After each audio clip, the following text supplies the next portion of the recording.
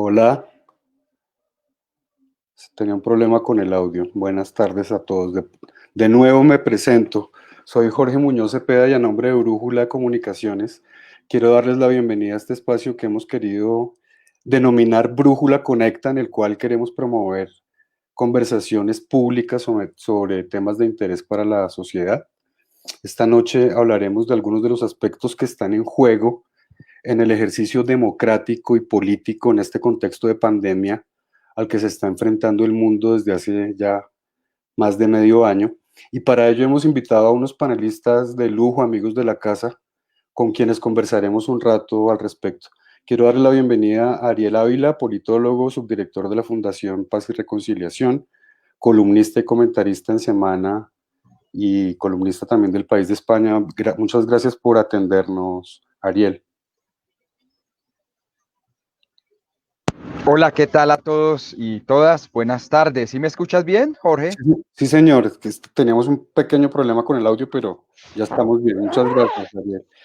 También Ay, quiero dar la bienvenida a Caterín Jubinao, comunicadora social, fundadora de la Veeduría del Congreso de la República, trabaja en Vagos, que ya todos ustedes conocen, activista política, asesora de comunicaciones, también amiga de Brújula. Muchas gracias, Katy, por acompañarnos hoy.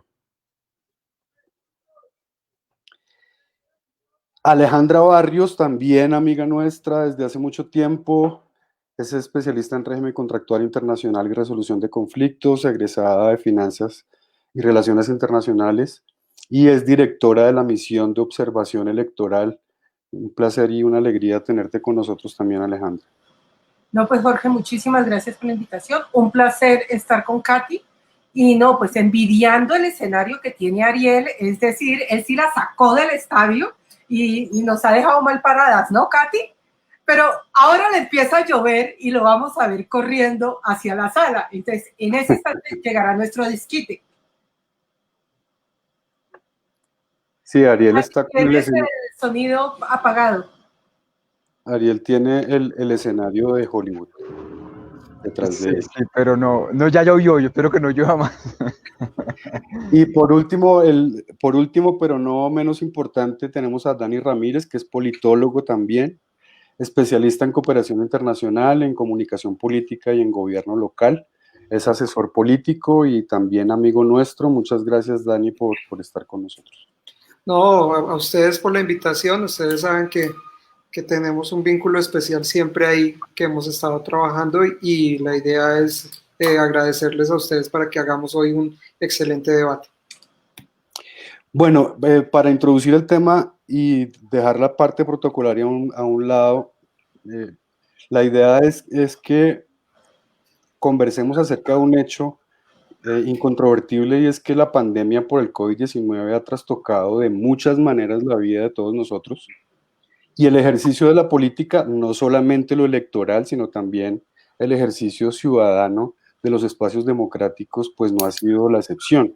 En Colombia comenzamos a sentir las consecuencias de las medidas restrictivas y la preocupación de algunos sectores alrededor de temas como el control político, pues digamos el excesivo poder que va siendo concentrado en manos del Ejecutivo, también la imposibilidad de continuar con algunos movimientos de expresión ciudadana que habían tenido mucha fuerza el año pasado, y también la preocupación por unas eventuales contiendas electorales sin presencialidad o con restricciones de presencialidad, y saber si tenemos que prepararnos para unos escenarios restrictivos y que esos escenarios no trastoquen el ejercicio democrático en ninguna de sus expresiones. Yo quería preguntarle primero a Ariel, ¿cuáles han sido las desventajas y los riesgos, por ejemplo, de esas sesiones virtuales de las corporaciones públicas que tanto han dado que hablar?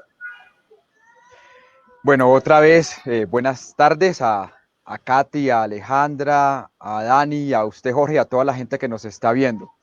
Mire, yo creo que la pregunta suya la resumo en dos partes. Yo creo que lo primero es que este gobierno ha legislado sin Congreso, ha legislado por decreto, el Congreso en la virtualidad no ha encontrado una razón de ser. Creo que es muy difícil hacer control político y por tanto el gobierno está feliz de que no haya control político y por eso les gusta la virtualidad y por eso eligieron a Arturo Char para que les garantice que va a haber virtualidad y ya. Y el mejor ejemplo de eso es la elección del defensor del pueblo y lo que va a ser la otra semana con una agilidad increíble la elección de la procuradora. Entonces van a ferrocarrilear todo lo que puedan aprovechando la virtualidad. Entonces, sencillamente, desafortunadamente, mucha gente cayó en el cuentico, digo cuentico porque es un cuentico además que lo creen a uno bobo, de que la virtualidad es lo moderno, lo contemporáneo, lo mandado a hacer y que todos los que nos oponíamos a eso éramos un montón de trogloditas arcaicos. Y lo que nosotros advertimos con esto es que Colombia no estaba preparada para la virtualidad. Y creo que ya está superado el discurso y creo que queda claro eso. Ahora, la segunda parte de la pregunta. Claro, si no hay control político, si cada congresista aislado, entonces es más fácil de controlar, porque yo creo que eso es lo que a mí me permite concluir la elección del cuestionado Carlos Camargo en la Defensoría del Pueblo y ahora Margarita Cabello en la Procuraduría.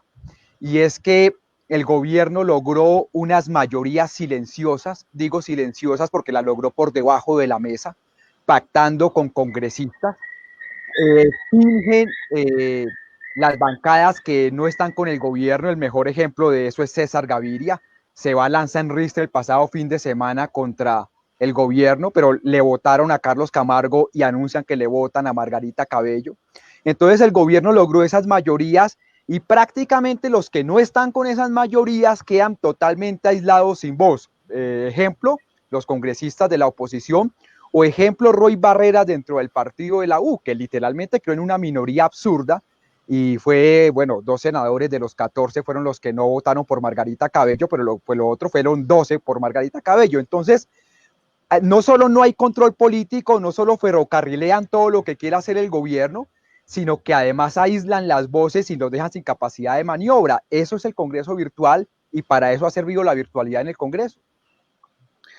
Katy, y la respuesta a todo este panorama, pues que es un panorama que se ha analizado hasta la saciedad desde marzo y que no parece llegar a ninguna parte, pues porque hay digamos, las oposiciones siempre terminan teniendo como una frustración que no para. ¿Cuál es el papel de la ciudadanía, de la sociedad civil en este contexto para tratar de contrarrestar lo que dice Ariel? Pues la ciudadanía tiene todo para hacer y nuevamente un saludo a ustedes, a todos los que estamos aquí en este espacio de Brújula, amigos de la casa, como dicen, y pues a todos los que nos ven. El papel de la ciudadanía es absolutamente fundamental. Yo primero les quiero traer a colación algunas cifras. Vean, la confianza de los ciudadanos en el Congreso de la República en Colombia entre 1997 y 2017 cayó 74%. Esto es una cifra de no creer. Algunas encuestas dan cuenta de que la confianza institucional de los colombianos hacia el Congreso está hoy por hoy en 5%, dicen algunas, Latinobarómetro. Y pues ahí claramente hay datos que nos dicen que hay una crisis de representación. Y esto no es una crisis de representación solamente en Colombia, es un fenómeno de América Latina y del mundo. Los parlamentos en el mundo están sufriendo una crisis de credibilidad y en ese orden de ideas hay que tener mucho cuidado con los efectos de esa desconfianza, porque ¿qué es lo que hace la desconfianza institucional? Pues que a nadie le importe lo que está pasando en el Congreso, porque la gente simplemente siente que ahí todo lo que está pasando es malo, todos son malos y lo que hacemos es que se la ponemos más fácil todavía al Congreso de la República para que pueda incurrir en cualquier cantidad de comportamientos irregulares a nivel individual. No voy a hablar todavía del Congreso como institución y como colectivo. Entonces, ahí en ese espacio, la ciudadanía tiene que jugar un rol muy importante. La ciudadanía, además de que no cree en el Congreso en Colombia, nosotros somos un país hiperpresidencialista, ¿no? Entonces, en el imaginario del colombiano, lo que importa es el presidente y el ciudadano colombiano cree que el que está a cargo de todo lo que hay que hacer en el país es el presidente. Entonces, ni siquiera los colombianos tenemos claro qué hace el Congreso de la República, cuáles son sus funciones, cuántos congresistas tenemos, por qué se hacen estas cosas y no se hacen estas, cuál es el papel del Congreso en medio de la pandemia. Eso no lo tenemos claro. Entonces, cuando la ciudadanía entra a jugar, digamos, este juego democrático, desde las barras ciudadanas, literalmente, pues se abre una oportunidad muy bonita porque yo creo también que así como estamos en esta crisis de representación, por otra parte, están pasando cosas muy interesantes en Colombia. La consulta anticorrupción fue un fenómeno muy interesante. Las elecciones de octubre de 2019 también fueron muy interesantes. Ahorita parece que hubiese un brote de algunos segmentos de la población en la clase media urbana que se están, digamos, sumando a los sectores tradicionales que son los que siempre se han movilizado en Colombia. Pero ahora hay muchos jóvenes, hay toda una agenda millennial, además. Muchas de las demandas del paro constituyen lo que nosotros le hemos llamado una agenda millennial. O sea, es una porción de la ciudadanía que ya está cansada del conflicto, de la guerra y quiere darle paso a estos temas. Queremos empleo, queremos educación. Cuéntenos cómo van a fortalecer el sistema de salud a raíz de la pandemia, todos los temas de conectividad, los temas de medio ambiente, los temas de los animales. Entonces, cuando la ciudadanía se mete en esta discusión, esto automáticamente se vuelve más sexy, digámoslo así, se vuelve más sexy para otros ciudadanos que no les interesa consumir información del Congreso desde los mismos congresistas, porque de nuevo tienen casi que una barrera mental, sino que quieren consumir la información del Congreso a través de otra gente ciudadana igual que ellos. Entonces, todos los activistas que en este momento, por ejemplo, están haciendo pedagogía, yo creo que de alguna manera están contribuyendo a que se forje ciudadanía y seguramente toda la suma de todas las organizaciones que ahora están haciendo activismo duro, veeduría duro, esto está sumando a una suerte de transición democrática que nosotros esperamos que tenga su momento cúspide en 2022. Pero eso no se logra sin la participación ciudadana y no entendida como la participación ciudadana de la urna a ir a votar, sino la participación ciudadana entendida como lo que estamos diciendo, como incidir políticamente a través de veedurías, a través de activismo, y yo creo que ahí se les empieza a cambiar un poquito a ellos el tablero, porque ciertamente cuando tienen tantas veedurías y ojos encima, ellos saben que ya no pueden actuar igual. Alejandra, y entonces, ¿cómo el papel de las institucional como de una responsabilidad de unos representantes de la ciudadanía dentro del Estado? Vemos que en algunos casos no se está cumpliendo a cabalidad, digamos, por tratar de complacer intereses partidistas o ideológicos. ¿Cómo puede ajustarse esa tuerca para que la cosa funcione mejor? Mira, Jorge, yo no sé si si estamos hablando del tema de la posible ruptura de los frenos y de los contrapesos, que es lo que estamos viendo que se está dando, es decir, todo el sistema de control que se genera de manera particular frente al Estado. Y cuando hablamos del Estado es de quienes se están gobernando, en este momento pareciera que se están rompiendo. Y creo que se van a terminar de romper en la elección de la Procuraduría, de quien va a estar en la cabeza de la Procuraduría.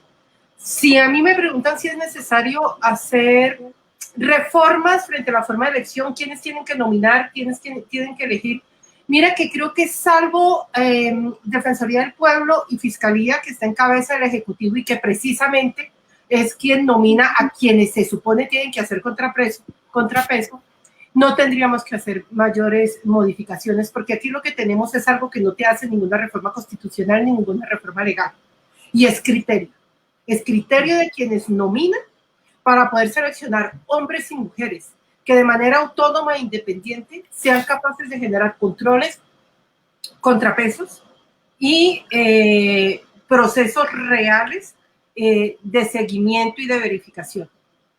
Eso pareciera que no está pasando en la mayoría de los casos, ni por las entidades que tienen que nominar, ni por las entidades que están, ni la entidad que está eligiendo, que es el Congreso de la República. ¿Cómo se está eligiendo entonces? Se está eligiendo a partir de intereses particulares que representa esa persona por la que están depositando el voto, pero del otro lado, del que tiene que nominar, tampoco pareciera que hay mucho criterio frente a la independencia que tienen que mantener estas instituciones para poder realmente hacer un proceso, realmente cumplir una función de frenos y de contrapesos. Y es ahí donde estamos anclados. El problema es de la legislación, porque claramente el problema no es de la legislación colombiana, con esas dos excepciones que acabo de mencionar, porque no termina de ser claro que si la Fiscalía y la Defensoría del Pueblo tienen también que generar, tienen que ser también factores de contrapeso y de freno, sean nominados por la cabeza del Ejecutivo. Lo que tenemos que modificar es la forma como nos aproximamos al poder. Y no se puede entender la Contraloría, ni las Altas Cortes, ni la Procuraduría, ni la Fiscalía como un seguro para la impunidad de aquellos que están, que tienen la posibilidad de votar, y lo más tenaz, en nuestro nombre. Porque es en nuestro nombre que están eligiendo fiscal, procurador, contralor y demás altas dignidades. Así que lo que tenemos entonces que trabajar es por un mejor proceso de decisión frente a quienes elegimos en el Congreso de la República. Sí, digamos porque el tema ahí es un tema de siempre, que lleva años, y no es que la Constitución esté mal o que la ley esté mal en sí misma, sino que la forma como la desarrollamos o la desarrollan y la aplican y la interpretan, pues generalmente es lo que funciona peor.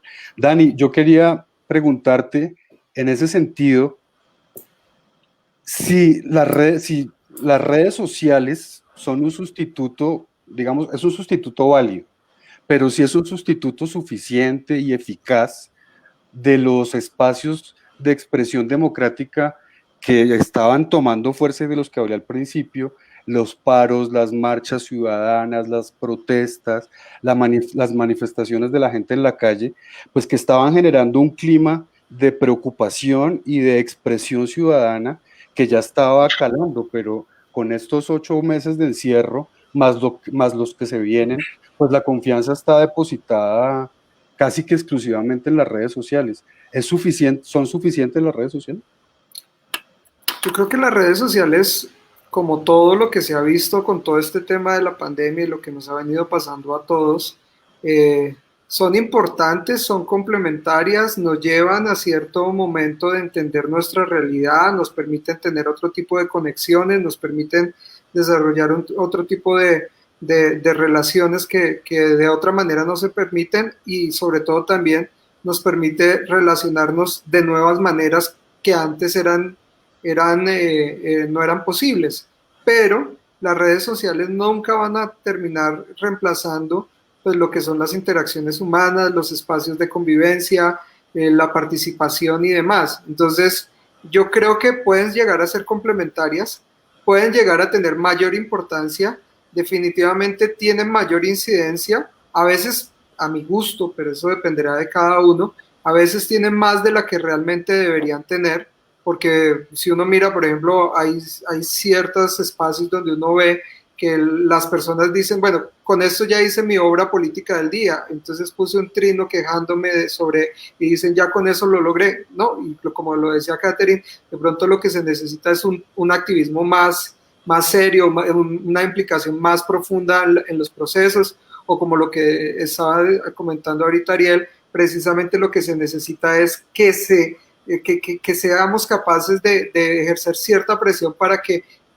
no se haga lo que realmente quieren o lo que los políticos quieren en su agenda. Y pues en últimas termina todo reposando en ese proceso mágico de cada 4 años, que es el de votar y el saber elegir a quienes debemos. Entonces, pueden llegar a ser complementarios, puede tener una importancia, tiene una relevancia. Habría que pensar en cómo hacemos esa participación y la llevamos a un siguiente nivel. Lo que pasa es que yo creo que nadie en estos momentos en este país, y eso sería un tema para que nos sentáramos y habláramos otras 20 horas, y sería cómo debería ser esa participación, y es parte de lo que estamos hablando hoy, cómo debe ser esa participación en esta época que nos tocó vivir.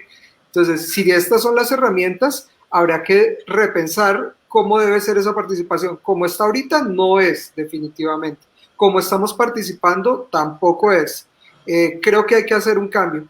Y ya para concluir la participación, quería decirles que yo creo que lo que hay que hacer es un encuentro de narrativas, porque en estos momentos yo lo que veo es que por un lado los políticos tienen unas narrativas que están totalmente desconectadas de la ciudadanía, o sea, los ciudadanos están con unas agendas, con unas demandas, con unas causas, unos intereses totalmente diferentes, y quizás por eso es que la gente no le pone atención a lo que está pasando en el Congreso, porque la gente ahorita está pensando es cómo salvo mi negocio, cómo recupero, cómo mantengo mi empleo, cómo no despido gente. Esas son las preocupaciones. Y los políticos, por el otro lado, tienen una agenda que es totalmente diametralmente diferente. O sea, ahorita en estos momentos a la gente no le importa quién va a ser el procurador o quién va a ser el defensor. Claro que es clave, eso es clave y es fundamental para la democracia, porque además, pues precisamente, pues todo lo que ha venido pasando con el tema de los líderes sociales es precisamente consecuencia de que muchas veces la institución del Estado no se ha tomado este tema en serio.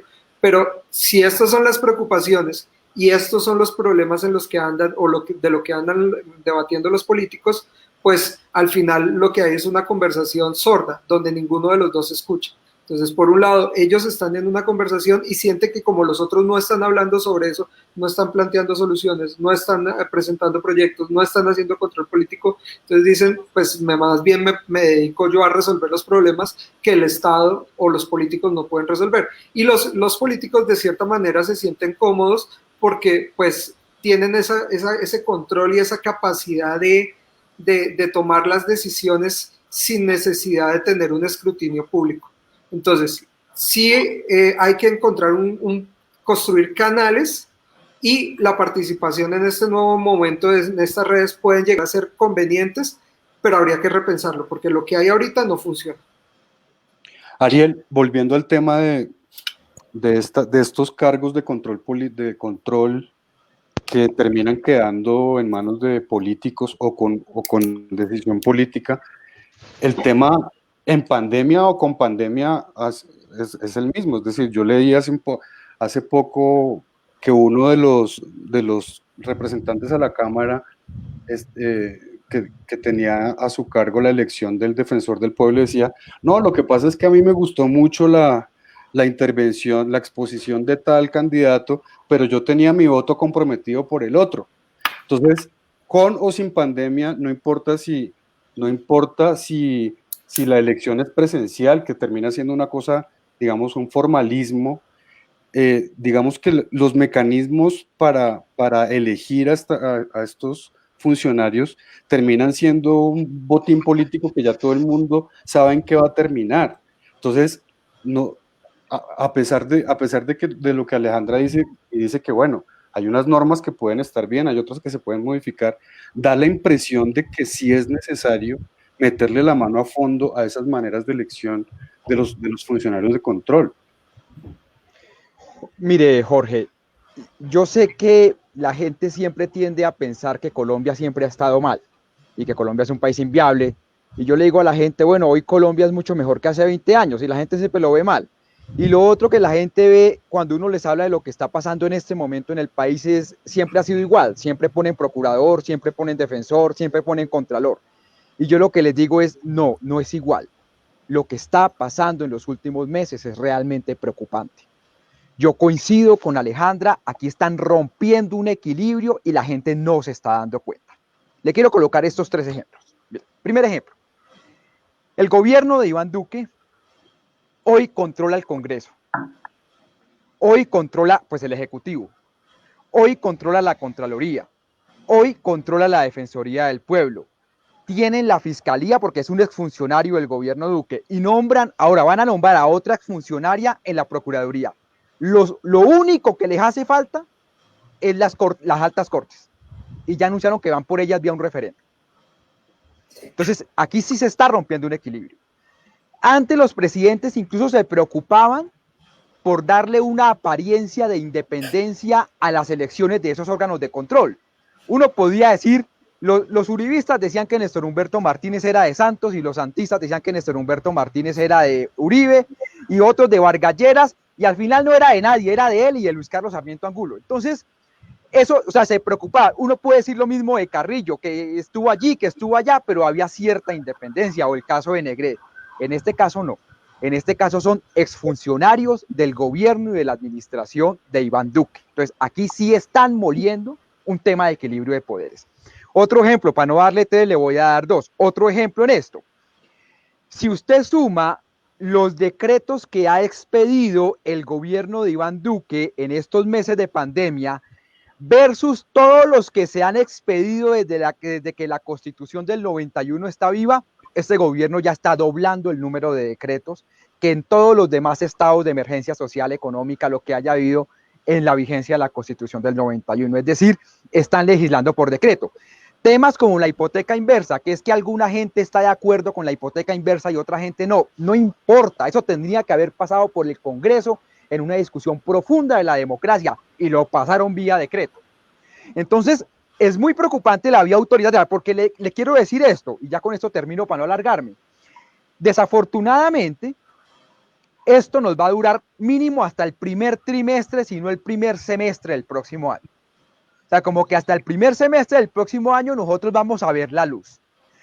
De aquí al próximo semestre, del próximo año, nos van a zampar 4 cosas. Miren.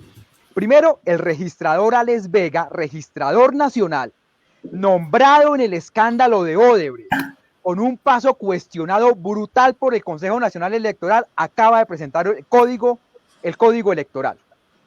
Supuestamente lo hizo con expertos de todo el mundo y nadie se enteró, porque a mí nunca me invitaron. Bueno, tal vez yo no soy experto de esa vaina, pero nadie se enteró. Y nos lo van a probar. No eres de otra parte del mundo. O eso ya, exactamente. Pero no lo va a probar. 2, nos van a zampar reforma a la justicia. 3, nos van a zampar reforma política. Y seguramente habrá algo de alguna reforma tributaria, económica, pensional, o hay necesidad de plata. Entonces yo no sé qué país vamos a encontrar después de junio del 2021. Entonces a mí la gente me dice, Ariel, pero es que siempre es igual. No. Esta vez están demoliendo cualquier intención de control de poderes.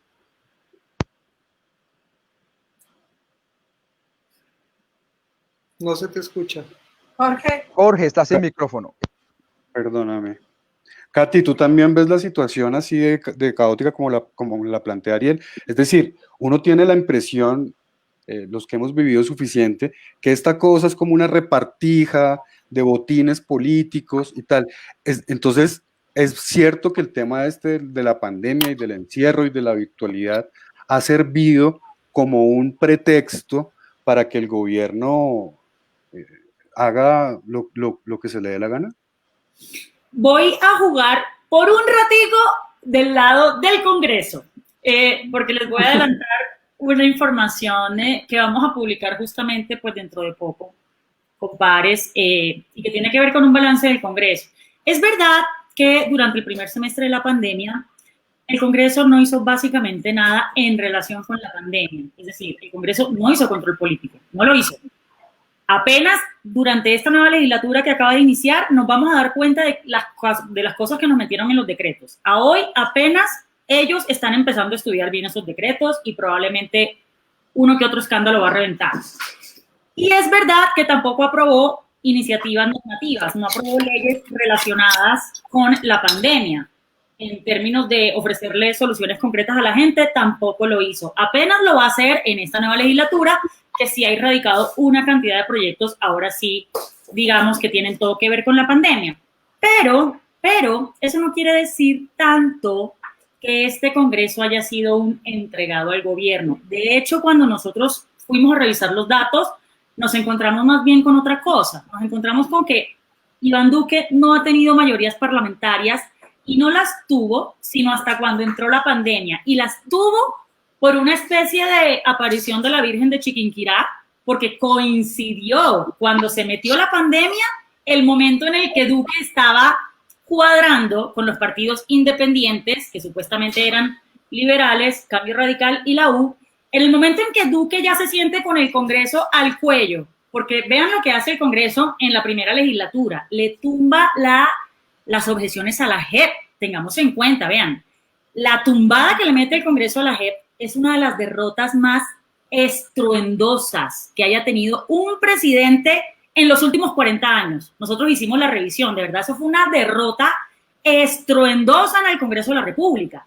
Y adicionalmente van, y en el último semestre del año pasado, le sacan al ministro de Defensa que eso se iba a convertir en la primera moción de censura desde la Carta Política del 91. O sea, el Congreso estuvo a esto de estrenar la moción de censura y sacarle por primera vez un ministro, sino que se tuvo que ir antes, como todos sabemos que el doctor Guillermo Botero renunció antes. Entonces, no es tan así como que el Congreso ha estado entregado desde el comienzo del cuatrienio a Duque, y no es tan así que Duque la ha tenido fácil. Durante la pandemia, como les digo, eso fue más un chiripazo, eso fue más de verdad que se le apareció la Virgen, se le metió la pandemia, justo él estaba cuadrando con los partidos y se le dio un gran golpe de suerte. Y sí hay que decir que, por supuesto, en el primer semestre de la pandemia, las mesas directivas estuvieron absolutamente cooptadas a través de Lidio García, cooptada con Juan Carlos Cuenca y ahora está cooptada con Arturo Char. Pero, ¿en qué quiero dar otra vez una luz en el horizonte? En que ya se acerca la campaña y los congresistas ahora van a tener un incentivo distinto, que no es justamente entregársele al gobierno como lo hicieron durante el primer semestre. Ahorita el incentivo político va a ser exactamente al revés, desmarcarse del gobierno, porque el gobierno está mal, en las encuestas está mal, lo de Álvaro Uribe se puso cada vez peor. Entonces creemos nosotros que no sería raro que más bien en esta nueva legislatura vamos a empezar a ver algunos partidos y algunos congresistas tratando de saltar del barco y enarbolando las nuevas banderas de las nuevas agendas ciudadanas, que, como comentaba Dani, en esas donde hay una desconexión. Entonces ahora el incentivo va a ser conectar con esa conversación y desligarse del gobierno nacional, de manera que nosotros no vemos tan claro, por supuesto que esto con los bemoles y los matices que ustedes quieran, para la elección de procuradora, y sí, como dice Ariel, son más micronegociaciones de tú a tú con congresista a congresista, pero nosotros desde la veeduría no vemos un panorama fácil para que en los 2 años que le resta al Congreso sea simplemente fácil para el gobierno, estén entregados al gobierno, y creemos que más bien vamos a volver a una situación más parecida a la del comienzo del cuatrienio, cuando Duque no tenía mayorías parlamentarias y el Congreso efectivamente le estaba haciendo pasar un mal rato al gobierno. Alejandra, y digamos que contrastando estas dos posturas, pues que no son disímiles en la profundidad, sino siendo conscientes de que el momento de la pandemia sí alteró las dinámicas del ejercicio en las dos cámaras, y que las elecciones que se aproximan pueden ser más bien una oportunidad. ¿Qué podemos esperar?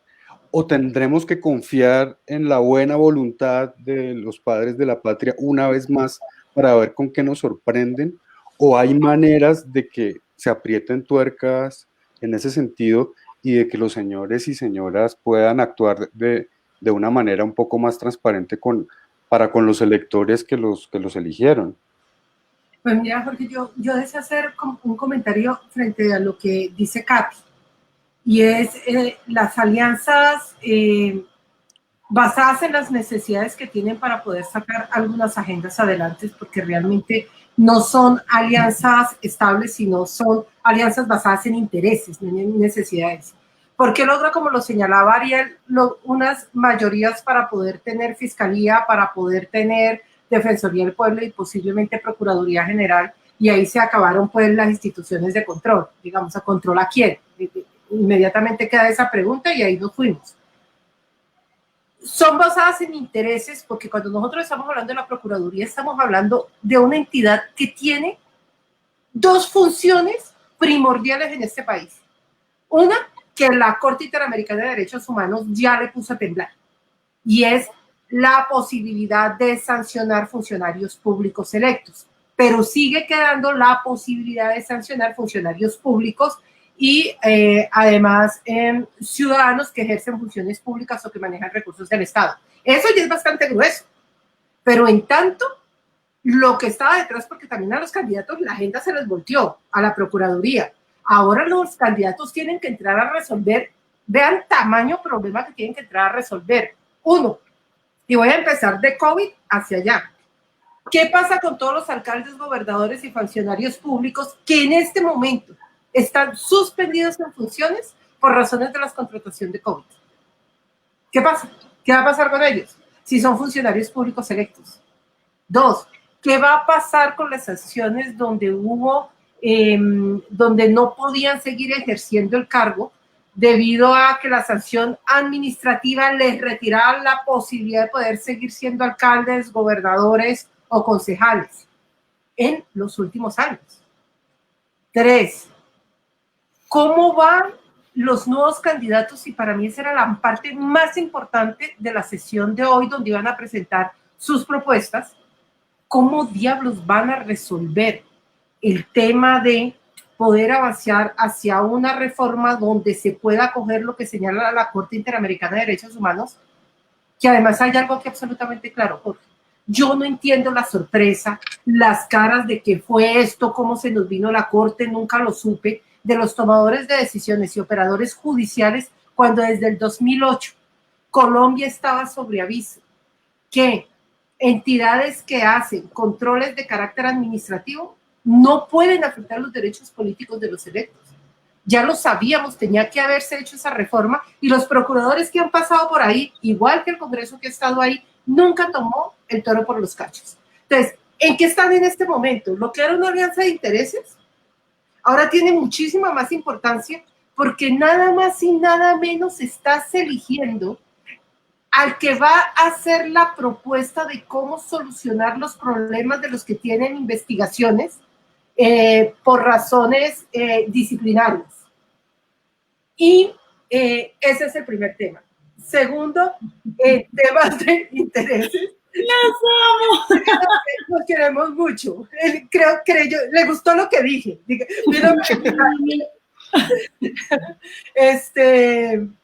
El segundo es, en estas alianzas de intereses, ahí sí, tal como lo señaló Katy, como lo señaló Ariel, las alianzas de intereses son alianzas completamente momentáneas. Hasta diciembre de este año, este Congreso tiene para trabajar en esa agenda que nos decía Dani, que era una agenda donde las narrativas no se encontraban, y es hasta diciembre por una sencilla razón, porque a partir de marzo del próximo año, esto se llama Sálvese quien pueda, porque voy a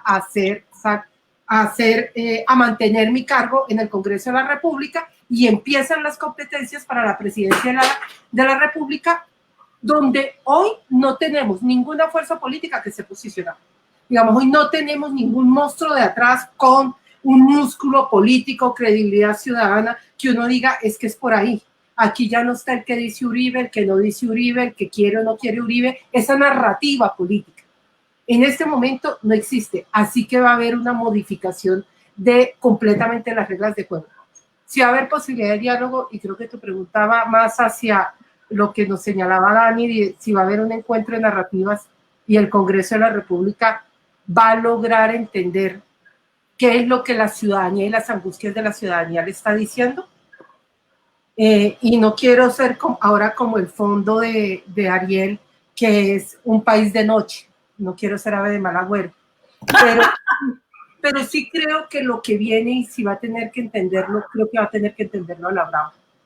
Porque cuando tienes una población en una situación económica gravísima, cuando tienes un sistema de salud que demostró su ineficacia, y cuando te están hablando de otras cosas, lo que empiezas a ver es lo que estamos viendo en algunas ciudades, y es la gente saliendo a la calle a protestar. Y yo creo que nada más están esperando a que se abran un poquito las ventanas, las puertas, para volver a retomar el 21 de noviembre, pero con otra fuerza, y lo más tenaz, creo que con mucha rabia y desesperación. Y eso es muy grave para la estabilidad democrática de un país que tiende a matarse. Teniendo en cuenta eso que dicen ustedes, es una buena posibilidad de pasar al siguiente tema, pero Mejor dicho, esto del procurador y el defensor del pueblo y seguramente los magistrados de la Corte Constitucional que se elegirán después, esto ya se quedó así. O sea, esto no hay reversa para nada. Ahora viene una contienda política que en términos teóricos no nos debería agarrar encerrados, pero ya sabemos que esta pandemia es una cosa impredecible. Ya hace poco en España, que fue uno de los países más golpeados al principio, dieron la noticia de que hubo la cantidad de brotes de contagios más grande desde mayo.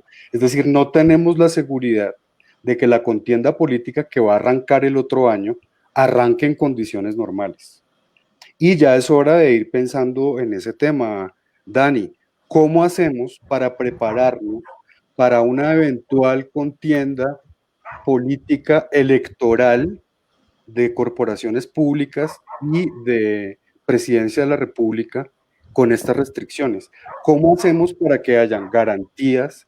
¿Cómo hacemos para que haya una comunicación cierta? ¿Cómo hacen los partidos políticos y los candidatos políticos para cambiar el chip de la plaza pública, de recorrer los territorios de Colombia y comunicar sus propuestas, hacer un debate serio y que la ciudadanía pueda decidir en libertad?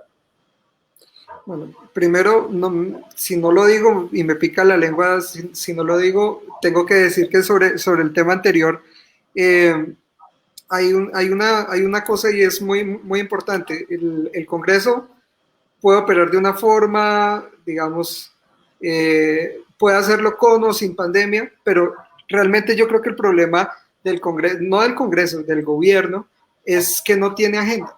O sea, nunca ha tenido agenda. Entonces, si uno se fija, es que yo me acuerdo mucho, porque además me tocó estudiarlo, el discurso presidencial. Ese discurso presidencial es una oda a la nada. O sea, uno siempre mira y son 3 frases malísimas, poco rimbombantes, y no decía absolutamente, ahí no había un plan, y ahí quedaba clarísimo cuál era el rumbo de este país durante los próximos años.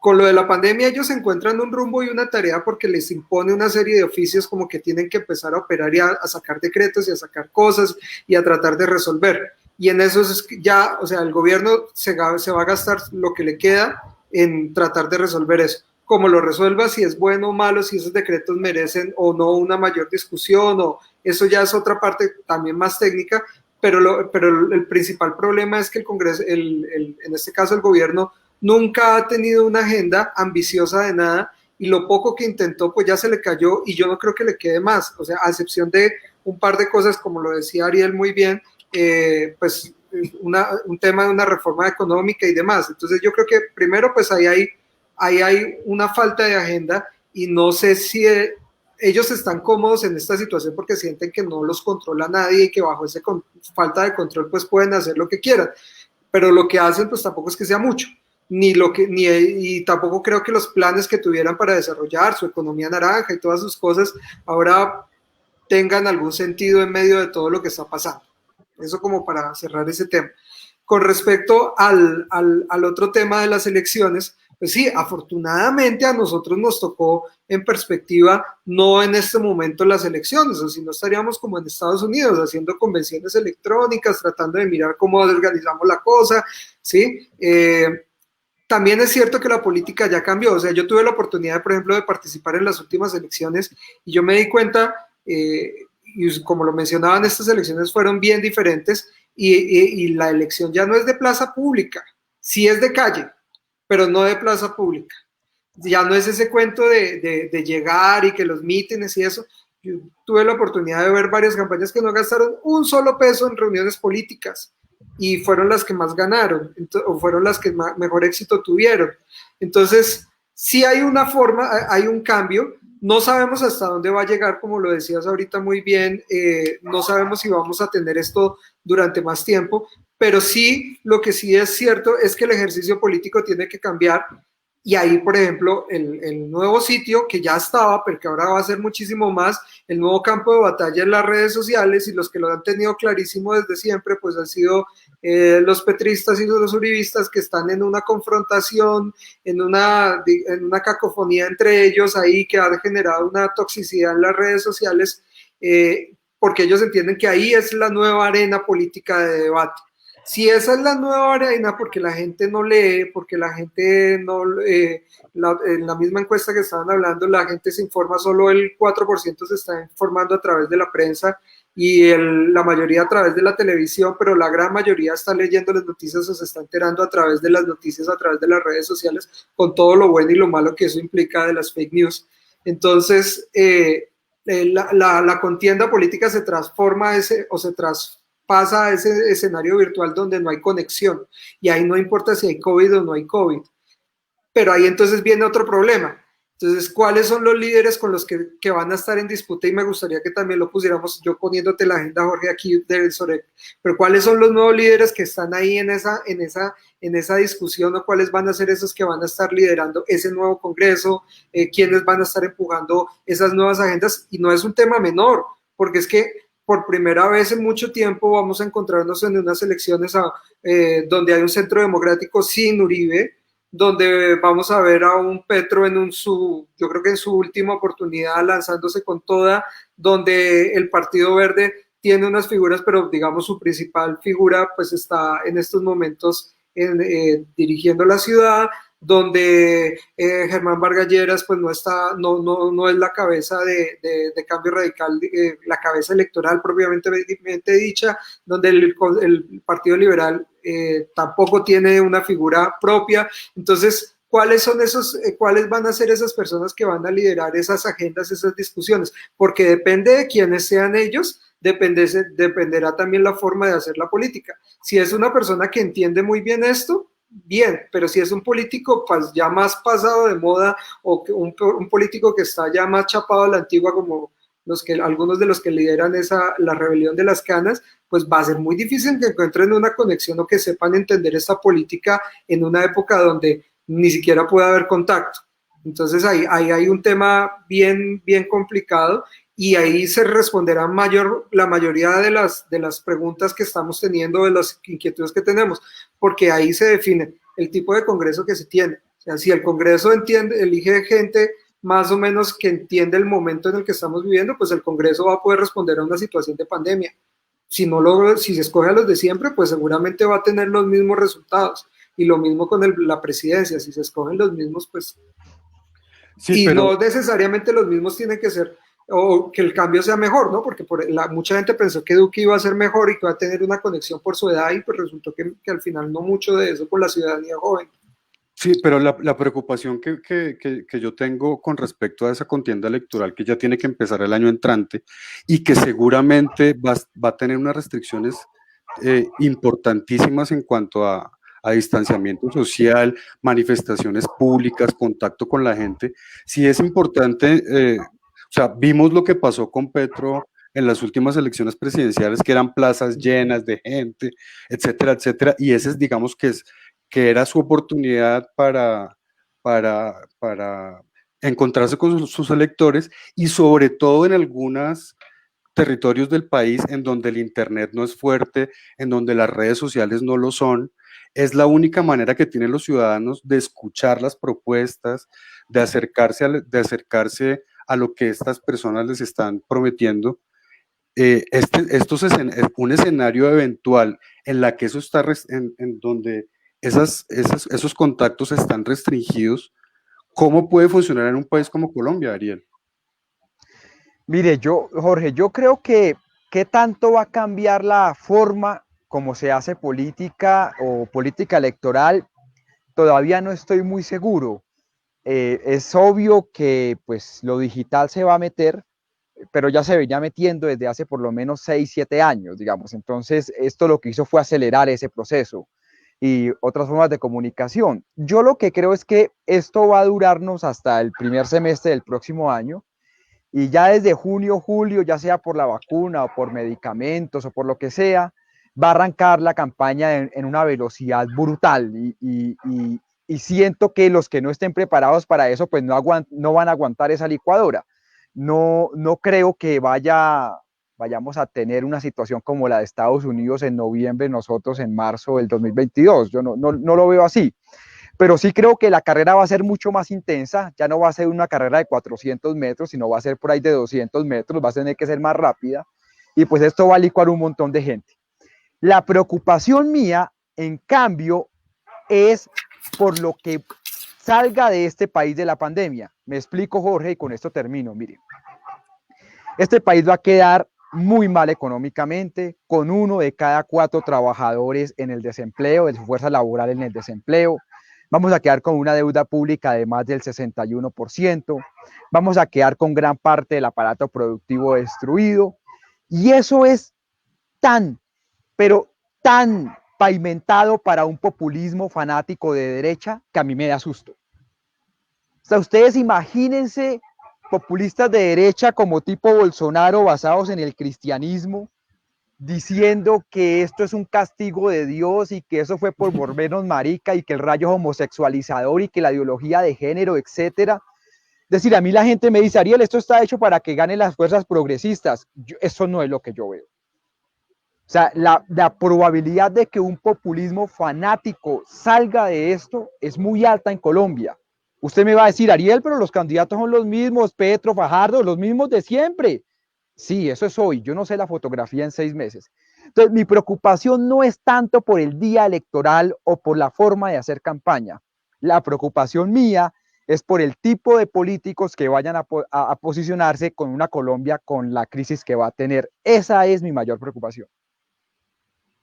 Katy, y en ese sentido, digamos que la resistencia que puede hacer una ciudadanía interesada en los procesos electorales que se vienen, ya sea porque de alguna manera estamos saliendo de esta especie de desinterés, o ya sea porque las situaciones que va a desencadenar la pandemia nos van a obligar a todos a estar más pendientes de eso, pues va a ser un papel fundamental en las decisiones que se tomen a partir de ahora con las elecciones que se vienen. Uno ve a marzo del 2022 muy lejos, pero la contienda arranca ya, prácticamente ahora mismo.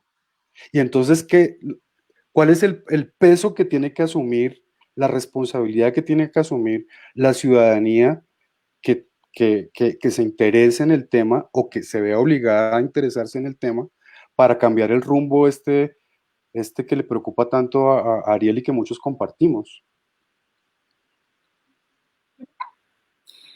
Yo creo que difícilmente le vamos a poder exigir a la ciudadanía que se eche al hombro la democracia como soñamos, porque en eso estoy totalmente de acuerdo con Ariel. La ciudadanía va para las elecciones de 2022, no va a estar preocupada por el sistema democrático, está preocupada es por cómo se levanta del golpe de la pandemia, cómo otra vez adquiere trabajo, cómo se descapitalizaron sus ahorros. Mucha gente ya ha empezado a vender parte de su patrimonio para sacar sus negocios adelante. Conozco cualquier cantidad de personas con restaurantes, por ejemplo, que para no quebrar se están descapitalizando. Entonces yo no creo que la discusión, digamos, a nivel macro en la ciudadanía, por supuesto siempre habrá unos nichos, ¿no? Y nosotros estaremos por acá dando la misma lora y diciendo que sí, que por favor hay que participar y no sé qué, pero yo no creo que las cosas estén dadas para que haya, no sé, una transformación en términos de las creencias democráticas de la ciudadanía para 2022. La gente va a estar tratando de resolver sus dramas y sus afugias. ¿Qué creo yo que va a ser muy determinante creo que no lo hemos abordado? Esa posibilidad del populismo que ve Ariel, que yo también lo veo, pero para ambos lados. Yo creo que se puede meter un loco de derecha y se puede meter un loco de ultraizquierda a lo más. ¿Por qué? Porque se están, o sea, dentro de la crisis, lo más efectivo es polarizarse. Y por eso también vemos que las redes sociales están cada vez más pugnaces, porque digamos que es también la forma más fácil de conectar. En ese contexto, yo me pregunto cómo se la va a jugar, y ahí va a tener todo que ver el Congreso, el uribismo, la bancada del Centro Democrático y la bancada de la oposición con la causa Uribe Libre. Nosotros tenemos que ser conscientes de una cosa ahora en el Congreso. En el Congreso hay ahorita una agenda social, una cosa berraquísima, una cosa muy bonita, muy orientada a la pandemia, muchísimos congresistas y bancadas ya se pusieron las pilas, pero el temor que tengo yo ahora es que se va a eclipsar la agenda en el Congreso con el tema de Uribe. Entonces, así como vimos al Centro Democrático poniendo unos muñecos ahí de Uribe, eso es unos dummies, eso no es nada. O sea, lo que vamos a empezar a ver en el Congreso en términos de manifestaciones de ese tipo, protestas simbólicas y una cantidad de cosas para eclipsar la agenda en el tema de Uribe y no dejar que otras cosas avancen, eso va a ser un riesgo real. Y aun cuando muchos creemos que efectivamente el uribismo está muy minado, uno no sabe. Si hay algo que nos ha demostrado la derecha en este país es que siempre al final son hábiles para arreglárselas y refrescarse y volvernos a meter una carita y la hacen elegir. Entonces, dependiendo de cómo ellos utilicen ahora todo el tema también de Uribe libre, de cómo sepan capitalizar y cómo sepan a lo mejor revivir o resucitar parte de sus bases que estaban más bien dormidas, eso también yo creo que va a marcar lo que va a pasar en la campaña. Yo creo que ahí va a estar uno de los ejes del asunto, el tema de Uribe libre, cómo en el Congreso va a empezar la campaña, cómo la bancada de oposición también se da la pelea en ese debate desde el Congreso, y ahí ellos van a ir orientando a la ciudadanía que está pendiente de estos temas, con el que mayor tenga capacidad de conectar otra vez con esas necesidades que son las que la gente va a exigir que les solucionen. Entonces, no creo que la ciudadanía tenga mucha cabeza para pensar más allá de sus propios dramas, y creo que la causa uribista, si la saben utilizar con habilidad, se nos puede volver un problema. ¿Cómo está? Queremos darle las gracias a Ariel, que se tuvo que ir porque tiene un programa a las 7. Le queremos dar desde aquí las gracias por su participación. Estamos un poquito pasados de tiempo. Les propongo que contestemos un par de preguntas que nos mandan quienes están conectados. Henry Cardoso nos pregunta, a ver si Alejandra nos puede contestar. A los estudiantes o jóvenes en general, ¿qué consejos nos darían para la formación de una cultura política sólida y de avanzada? ¿Qué le decimos a Henry? Alejandra. Tu micrófono, Alejandra. ¿Qué le decimos a Henry sobre el tema de una formación política de avanzada? Porque es que además son muchos... Sólida y de avanzada, dice. ¿Cuál es el consejo que le dan a los jóvenes para que yo creo que políticamente? Mira, una cosa es... ¿Yo puedo dar un consejo? Okay. Yo separo lo de... No, mientras lo piensas. Dani. Mientras lo piensas. Me pusieron a... Yo lo que quería decirle es, lo primero que tienen que hacer los jóvenes es no comportarse como los viejos. Es que cuando uno mira realmente cómo se comportan los jóvenes, los que están metidos en el tema político, los que se mueven, a mí lo que me sorprende es que son una versión, digamos, más retro de esos políticos, porque quizás se quieren aparecer a ellos o están trabajando en ese sentido o eso. Entonces, muchas veces, y mucha gente me puede odiar por esto, pero muchas veces yo he visto que muchos jóvenes son más insidiosos, más marrulleros, y uno no puede querer cambiar las cosas comportándose de la misma manera como se comportan a las personas a las que quiere cambiar. Entonces, lo primero que debería hacer es encontrar su propio estilo, su propia forma, y sobre todo apartarse de esa vieja forma de hacer política, que esa sí es la que nos tiene jodidos. Gracias, Dani, por el agua. Trajiste agua. Jorge y a Henry. Mira, yo no te podría avanzar hacia lo de avanzada, pero lo que yo sí podría es dar un consejo frente al tema de la formación política. Y es leer muchísimo. Y no estoy hablando solamente de leer marcos teóricos, que obviamente te da todas las herramientas, además para ubicarte en el espectro ideológico que tú quieras. Por eso tengo un problema con el tema de avanzada, porque yo creo que uno tiene identidades ideológicas que vienen de su formación, de su concepción del mundo, de la forma como entiende el mundo, Y todas las posturas ideológicas, en tanto no sean radicales y se basen en el respeto a la vida y al otro, y a las posturas diferentes del otro, son completamente válidas. Y cuando te hablo de leer, no solo temas teóricos que te ayuda a esa formación quizás sólida, entonces de la que estamos hablando, es leer las diferentes posturas. No hay nada peor que cuando estamos en el ejercicio de la política, o cuando nos interesa la política, escuchar solo la postura que a mí me suena bien y no ser capaz de preguntarse por qué el otro está llegando a una conclusión tan diferente a la que yo tengo. Y eso se llama tolerancia, se llama democracia. Y las culturas políticas sólidas nos permiten hablar, discutir, mirar diferentes miradas, así sean miradas muy conservadoras de una sociedad o muy liberales de una sociedad, pero nos permite convivir y entendernos y resolver nuestras diferencias en las urnas de manera pacífica, como debe ser. Sobre eso que estás diciendo, Katy, sobre eso que dice Alejandra, yo siempre he tenido una visión un poco pesimista, así como las de Ariel, y es que la respuesta frente a este tema siempre es educación, educación, educación. Entonces, si a uno le dicen, y hay como una predisposición a malinterpretar ese tema, y es, si a uno le dicen que va a votar, que por quién va a votar, y uno le dice, no, voy a votar por fulano de tal. ¿Por qué va a votar por fulano de tal? Porque es que si voto por el otro, nos vamos a volver como Venezuela.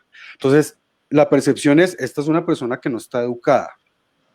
Pero desde que yo soy muy joven, en mi ejercicio profesional, he hecho esa pregunta no solamente a la gente que no está educada, sino a la que está educada. Y entonces uno va a la plazoleta de una universidad que vale 35 millones de pesos al semestre, hace la misma pregunta y recibe la misma respuesta. Entonces no es la persona que no va al colegio, no es la persona que no va a la universidad privada. Hay un problema central que yo creo que trasciende el tema de la educación cuando se refiere uno a la cultura política, ¿no, Cato? Es que en ese tema, si me permites, Jorge, esto no es un tema de cuánto es la cantidad de información que tú has acumulado. Claro que no. No importa, digamos, tú puedes voltear a mirar en todas las sociedades, en todas. Personas con 3 doctorados, 5 postdoctorados y lo más cercano a la educación integral, además más costosa, son los que hacen además los desfalcos más grandes de los países. No es esa la sensibilidad en términos de formación política democrática. Es, sin importar qué gran cantidad de información tienes o no, la sensibilidad democrática está en la capacidad que tú tienes de poder entender en una contradicción sana la diferencia que hay entre tu opinión y la del otro, porque cada uno tiene concepciones del mundo y de la sociedad diferentes. Puedo no tener toda esa capacidad de estudio, pero soy una mujer o un hombre demócrata si soy capaz de entender que tú y yo podemos vivir en el mismo país, resolver en debates muy fuertes nuestras diferencias, salir y darnos la mano. Entonces, Katy, no es una cuestión solo de acumulación de datos, sino es una cuestión de espíritu, de sensibilidad, como dice Alejandra. Lo que pasa es que esta discusión es amplísima, ¿no? En términos de teorías y de la literatura. Yo me caso con una de las teorías más tradicionales, que es la del padre autoritario, casi siempre. Vea. Yo conozco todos los PhDs que quieran, pero además vivo rodeada de ellos. Y a mí me aterra, pero es que esto para mí ha sido una pregunta de años. ¿Cómo es que algunos de ellos, por más estudiados, por más vividos, se conocen el mundo entero, se conocen todos los regímenes, han estado hasta en Marte, llegan a Colombia y se vuelven un godo, tacho, que no les entra nada y automáticamente entran como en una dimensión distinta? Ahí yo tiendo a creer que tiene mucho que ver el contexto en el que crecemos, y ahí entonces la teoría del padre autoritario, o sea, una de las emociones centrales que marca políticamente una persona desde siempre es el miedo. Entonces, cuando una persona se crece en un contexto en donde permanentemente le están diciendo, allá afuera hay un mundo malo, peligroso, tienes que ser así, aquí la mano dura, no te dejes, etcétera, etcétera, ese tipo de creencias pesan al final en el adulto muchísimo más que todos los PhDs, que todo lo que usted quiere estudiar sobre teoría política, porque además estas son cosas que no necesariamente pasan por la cognición, son creencias que están más atadas emocionalmente y a otro tipo de cosas que a las cogniciones. Y nosotros tenemos que saber que la política no se resuelve justamente a punta de cogniciones. Es más emociones que otra cosa, aun cuando también. Aun cuando ya hay teorías más recientes que dicen que no son excluyentes, que las cogniciones y las emociones en política se enlazan y son lo mismo y se refuerzan y no sé qué. Pero entonces, nosotros, poniéndonos en el caso colombiano, ¿qué es lo que ha primado aquí? Una cultura del miedo. La guerra, el conflicto, la calle es mala, éntrate temprano, mujer te van a violar, señor no hable esto porque lo matan, no sea mamerto porque lo descabezan. O sea, aquí es una cultura política del miedo todo el tiempo. Entonces yo creo que eso es lo que pesa mucho en que, por ejemplo, la mayoría de colombianos se consideran de derecha todavía. Y aun cuando ya una porción ha migrado al centro, si uno suma el centro con la derecha, es muchísimo más grande ese porcentaje que los que se consideran izquierda o alternativos. ¿Por qué? Porque el alternativo sí tiene el chip del cambio. Y para que tú quieras un cambio, de alguna manera tú tienes que ser, es más proclive a creencias de las libertades, de que hay que intentar sistemas nuevos, que propendan por más equidad, que propendan por las agendas que queremos. Los jóvenes de ahora, por ejemplo, la generación millennial, ¿ustedes creen que a nosotros algo nos da miedo? ¿Qué nos va a dar miedo si es que para nosotros no puede haber nada peor de lo que ya hay? Es decir, ya estamos en un momento de país en el que a los jóvenes los precarizan, ya estamos en un momento de país en que a los jóvenes no les dan oportunidades, ya estamos en un momento de país en que los jóvenes decimos, nosotros nunca nos vamos a pensionar. Y a la edad que nuestros papás pudieron comprar su primera casa y su primer carro, nosotros no podemos. Es decir, nosotros somos una generación joven absolutamente precarizada por el sistema. Entonces, en estas condiciones, a los jóvenes, ¿qué miedo les va a dar buscar un cambio si finalmente es como que no puede haber nada peor de lo que ya hay? Yo creo que ahí hay dos concepciones de país. Hay una parte del país que todavía se mueve con el miedo, y es la parte del país que de alguna manera representa a la derecha, y hay otra parte del país que viene creciendo, que ya no tiene miedo, que se mueve es por la emoción de la esperanza, que es una generación que ha tratado de estudiar en medio de las dificultades, que ha tratado de prepararse, y esa es la generación que quiere el cambio. Entonces, son dos formas de concebir el país, seguramente se expresan en dos formas distintas de hacer política, y esa es la transición democrática que nosotros vemos desde la veeduría Trabaja en Vago. Nosotros vemos que hay dos países en pugna, pero que este país de la esperanza está creciendo. Y pues ojalá esto en 2022 siga esa tendencia, porque la tendencia sí está. Y con la consulta anticorrupción se ve, y con las elecciones de 2019 también se ve. Esto me da pie para la última pregunta que queremos contestarle. Les pido disculpas por no poder atender las varias que nos han hecho. Dani, dice Miguel Camacho Quintero, ¿cómo hacer entonces para que esta gente que piensa la política no desde la reflexión, o que se enfrenta a la política no desde la reflexión, sino desde lo impulsivo, desde el miedo, como dice Katy, ¿cómo se comunica políticamente con esa gente? La comunicación política, ¿cómo tiene que adaptarse a esas audiencias que hasta hace muy pocos años prácticamente que ignoraba? Y cómo esas dinámicas pueden funcionar para que el ejercicio democrático sea un poquito más responsable. Es tremenda pregunta, digamos esa pregunta es de Miguel Ángel. Ok, Miguel Ángel. Miguel Camacho.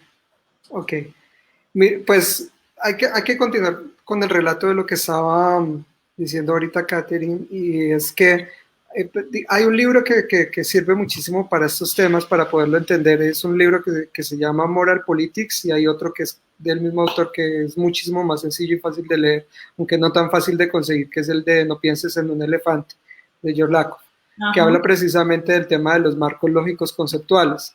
La derecha en eso es mágica, o sea, ellos han logrado entender desde hace mucho tiempo cuáles son los temores, a partir de ahí generan las narrativas, otra vez vuelvo al tema de las narrativas, y sobre eso construyen las realidades que cada uno de nosotros percibe.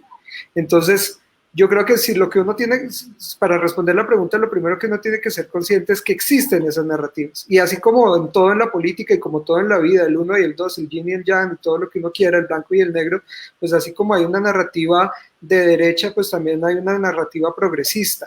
Y no me refiero al progresismo de acá, como pues cuando uno habla aquí del liberalismo, no se está refiriendo al liberalismo del Partido Liberal, sino al liberalismo como doctrina política y económica. Entonces, en ese sentido, uno tiene que tener una agenda progresista y tiene que lograr conectar esos mensajes con esa ciudadanía. Uno le puede enviar mensajes muy potentes a esa persona. Lo voy a poner con un ejemplo muy concreto.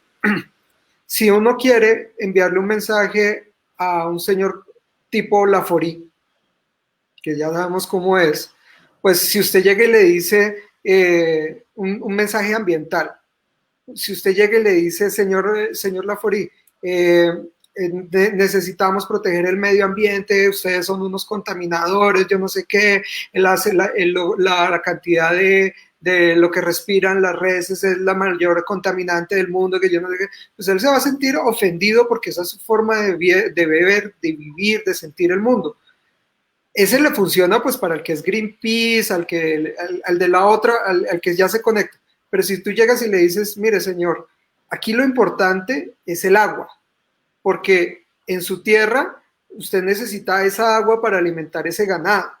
Y si no tenemos agua, usted no tiene ganado, usted no tiene sus cultivos, usted no tiene... Entonces hay que proteger esas cuencas de agua, que es lo más importante para usted.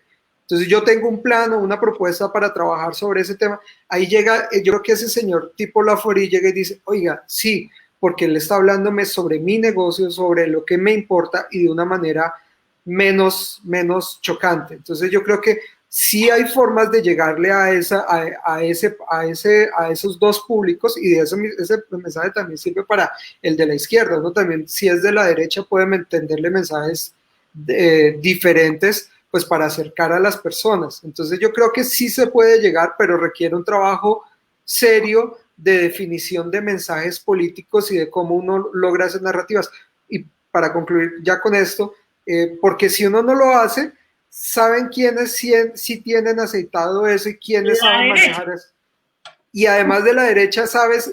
Hay otro grupo que no necesita mensajes, que esos son los que además no les importa un pepino si hay política con COVID o sin COVID, que son esas maquinarias, y Alejandra no me deja mentir, esas maquinarias que sabemos que tienen 45.000, 50.000, 30.000 votos, y esa gente va a salir, llueva, truene, relampaguee, con COVID, sin COVID, con tapabocas o sin tapabocas, y esos votos van a aparecer, esos señores se van a hacer elegir como sea. Entonces, hay unos que no necesitan narrativa, otros que saben implantar narrativas de manera tan especial como para que los amigos de Catherine se conviertan en ultragodos de derecha, a pesar de que en Europa son progres. Y hay unos que son demasiado dispersos, que les gusta hablar de todo y no concretar nada, que son los digamos, del centro y un poco más de la izquierda, que tienen que empezar a trabajar sobre esa realidad. Así lo hizo en su momento Obama, cuando se sentó y dijo, bueno, llevamos 8 años, no ganamos una con esta gente, con estos halcones, ¿cómo hacemos para romper esa dinámica? Pues a través de eso, marcos lógicos, mensajes bien construidos, y ahí el que lo sepa hacer, ese gana la elección. De acuerdo. Pues ojalá todo esto que hemos hablado hoy No, lo que pasa es que vaya, identifique el marco lógico correcto y vaya y diseñe los mensajes y mándelos por el canal que es, en el momento que es. Ahí es donde está. Ahí va la cuña, entonces ahí es donde se contrata Brújula. Ahí es donde está la ciencia. Pues ojalá nos contraten a todos para el próximo presidente y que sea uno bueno. Quería agradecerles esta amable deferencia que tuvieron con nosotros, Ariel, que ya se tuvo que ir.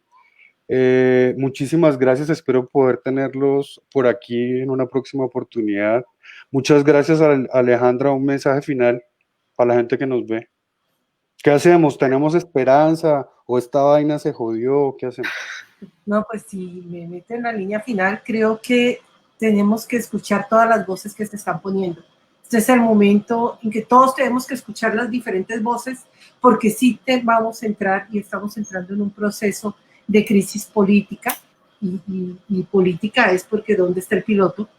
Un momento de crisis económico que está golpeando a muchísimas familias, y de eso no salimos no criticándonos ni haciéndonos control político. Todos repitiendo lo mismo, uno no sale de las crisis así, pero sí sale de las crisis con capacidad de discusión y de poner propuestas sobre la mesa. Así que creo que el mensaje final es, estábamos hablando de formación política, pues creo que es aprender a escucharnos, ser atentos, poner argumentos sobre la mesa. Y creo que por ahí puede ser un camino interesante, a ver si lo exploramos en Colombia, porque ese es un camino no explorado en Colombia. Aquí hacemos todo menos escucharnos. Muchas gracias, Alejandra. Y Dani, muchas gracias por haber venido, por haber aceptado la invitación.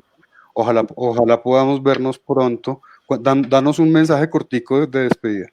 No, yo concuerdo con lo que dice Alejandra, empatía. Yo trabajé muchísimo recorriéndome el país tratando de construir empatía y no lo logré para el plebiscito. ¿Eso qué es? Pero hay que seguir martillando sobre ese tema. Yo creo que hay que tener la capacidad de respetar lo que el otro dice, no estigmatizar y ser capaces de tolerar. Y sobre todo, pues hay que entender los nuevos tiempos y actuar rápidamente. Y lo que mejor nos ha permitido esta pandemia, de alguna manera mala, o sea, a pesar de todo lo que ha pasado, hay que saber leer cosas buenas, y es que en medio de todo, de alguna manera, buena, mayor o menor, pero a todos nos ha afectado. Entonces todos estamos como en una igualdad de condiciones. Yo sé que no es lo mismo la cuarentena de Tumaco a la cuarentena de El Rosal, pero de los Rosales, perdón, pero lo que sí hay es que todos hemos sido golpeados de alguna manera, familiar, económicamente, y creo que eso lo que nos tiene que generar es un sentimiento de empatía que nos permita encontrar las soluciones como país, porque además este es un tema no ni de izquierda ni de derecha, sino que aquí todos estamos metidos. Gracias, Dani. Katy, muchas gracias por venir. Espero que podamos tomarnos un café presencialmente. Cuéntanos tu reflexión final, por favor. Mi reflexión final es sobre el Congreso, porque yo creo que el Congreso tiene una oportunidad absolutamente maravillosa en la legislatura que inicia, y es la siguiente. Ustedes saben que el Congreso va a tener ahorita la facultad de modificar los decretos de la emergencia de manera unilateral, sin aval del gobierno. Muchísimos de los decretos de la emergencia tienen que ver con la política social y tienen que ver con mejoras a la política social.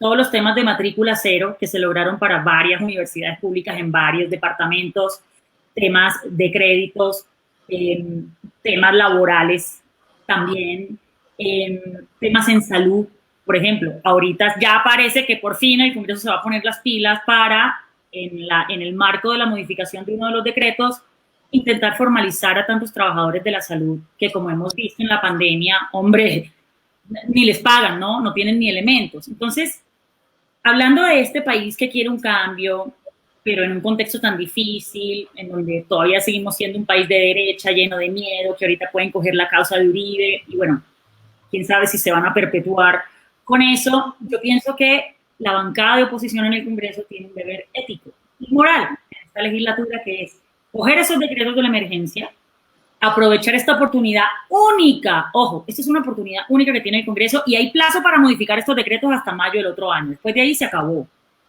Si el Congreso quiere, si el Congreso tiene voluntad, y si la bancada de oposición logra elevar esta conversación de las nuevas ciudadanías y de las nuevas demandas para que la ciudadanía conecte y ejerza una presión, varios de esos decretos de emergencia se pueden volver en leyes permanentes, y ahí se pueden hacer unos ajustes importantes, sustanciales a la política social, que eso podría, ojalá, permitir un ambiente, no sé si un poquito menos pugnaz para 2022, eso está difícil, pero sí por lo menos una conversación centrada en las tareas pendientes históricas del Estado colombiano que tienen que ver con la política social. Ojalá que el Congreso sepa, en un marco lógico adecuado, con los mensajes adecuados, de verdad poner esa conversación en el centro, porque nosotros desde la veeduría creemos que es el momento, o sea, es la oportunidad para la política social desde el Congreso, y ojalá que el Congreso le responda al país como no le respondió en el primer semestre.